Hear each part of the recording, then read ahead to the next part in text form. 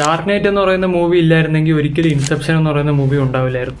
Batman and Robin എന്ന് പറയുന്ന movie flop ആയതോടെ Batman franchise ഏകദേശം തകർന്ന രീതിയിലായിരുന്നു ഇരുന്നത്. ബാറ്റ്മാൻ എന്ന് പറയുന്ന ക്യാരക്ടറിനുള്ള മാസീവ് ഫാൻഡം നിങ്ങൾക്ക് അറിയാമല്ലോ. അതുകൊണ്ട് WBക്ക് ബാറ്റ്മാൻ എന്ന് പറയുന്ന ഫ്രാഞ്ചൈസ് റീബൂട്ട് ചെയ്തേ പറ്റൂ.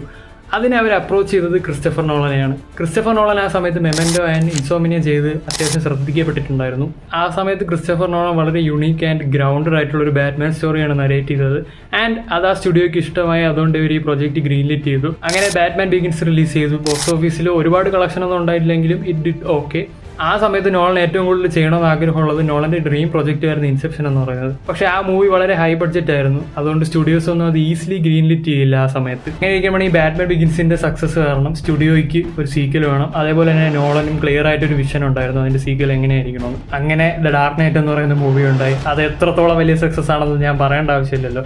ഏകദേശം $1 ബില്യൺ അത് ബോക്സ് ഓഫീസിൽ നിന്ന് കളക്ട് ചെയ്തു. ഒരു സൂപ്പർ ഹീറോ മൂവി ആദ്യമായിട്ടാണ് അത്രയും കളക്ട് ചെയ്യുന്നത്. ആ ഒരു പ്രൊജക്ടിന്റെ സക്സസ് കണ്ടിട്ടാണ് നോളനെ ഹൈ ബഡ്ജറ്റ് ഹാൻഡിൽ ചെയ്യാൻ പറ്റുമെന്ന് സ്റ്റുഡിയോയ്ക്ക് മനസ്സിലായത്.